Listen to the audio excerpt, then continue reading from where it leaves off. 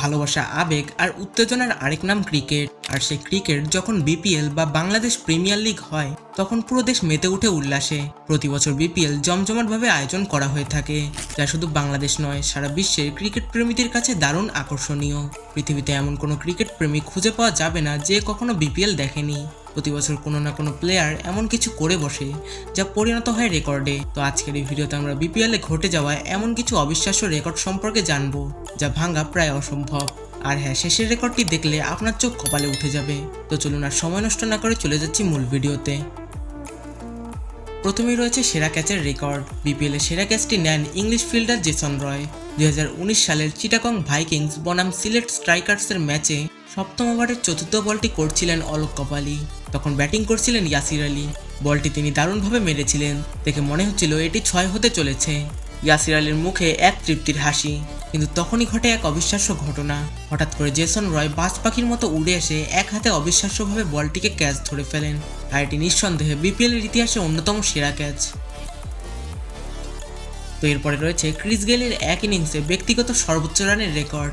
2017 সালের 12ই ডিসেম্বর মিরপুর স্টেডিয়ামে রংপুর রাইডার্সের হয়ে ঢাকার বিপক্ষে খেলতে নেমে ক্রিস গেইল মাত্র 69 বলে অপরাজিত 146 রান করেন।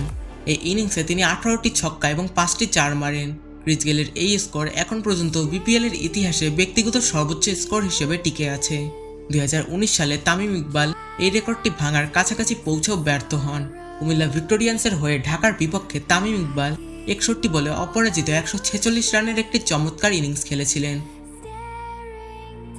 এরপরে রয়েছে দলীয় সর্বোচ্চ রানের রেকর্ড। এবারের বিপিএলে ঢাকা ক্যাপিটালস দুর্বার রাজশাহীর বিপক্ষে এক উইকেট হারিয়ে 20 ওভারে 254 রান করে।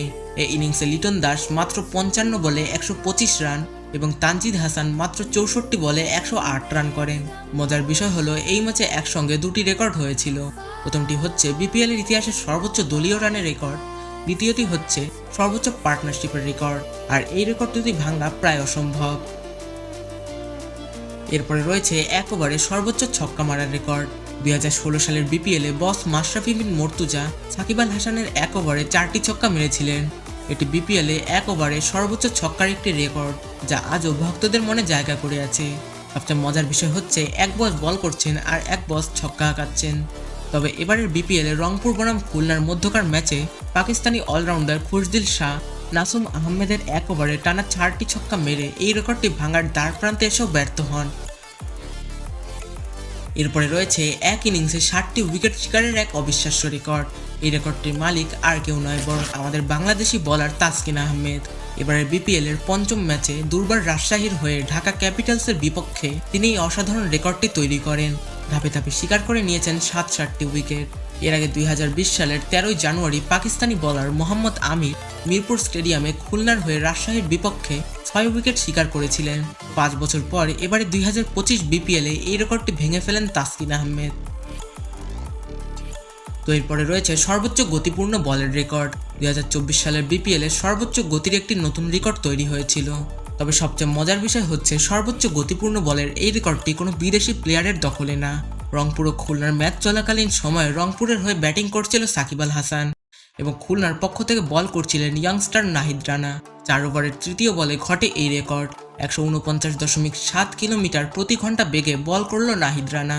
বলের গতির কারণে ব্যাটে বলে সংযোগ করতে পারল না সাকিব আল হাসান। এত গতি দেখে হয়তো সাকিব নিজেও কিছুটা অবাক হয়েছিল। সবচেয়ে অবাক করার বিষয়টি হচ্ছে নাহিদ রানার প্রতিটি বলের গতি প্রায় 150-এর কাছাকাছি। তো এরপরে রয়েছে একটি অদ্ভুত এবং দুর্লভ রান আউটের রেকর্ড।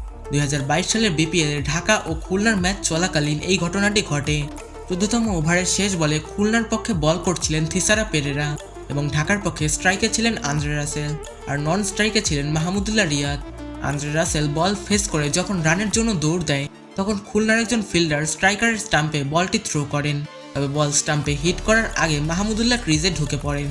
কিন্তু বেচারা আন্দ্রে রাসেলের কপালটা এতই খারাপ যে খুলনার ফিল্ডারের থ্রো করা বলটি প্রথমে স্ট্রাইকার স্টাম্পে হিট করে তারপর সাথে সাথে নন স্ট্রাইকার স্টাম্পে হিট করে এবং মাহমুদুল্লাহ আউট হওয়ার পরিবর্তে আন্দ্রে রাসেল আউট হয়ে যায়। একই থ্রোতে দুটি স্টাম্পে আঘাত করার রেকর্ডটি শুধু বিপিএলে নয়, পুরো ক্রিকেট ইতিহাসে খুবই দুর্লভ। তো এরপরে রয়েছে এক বলে 15 রান দেওয়ার লজ্জাজনক বিশ্ব রেকর্ড।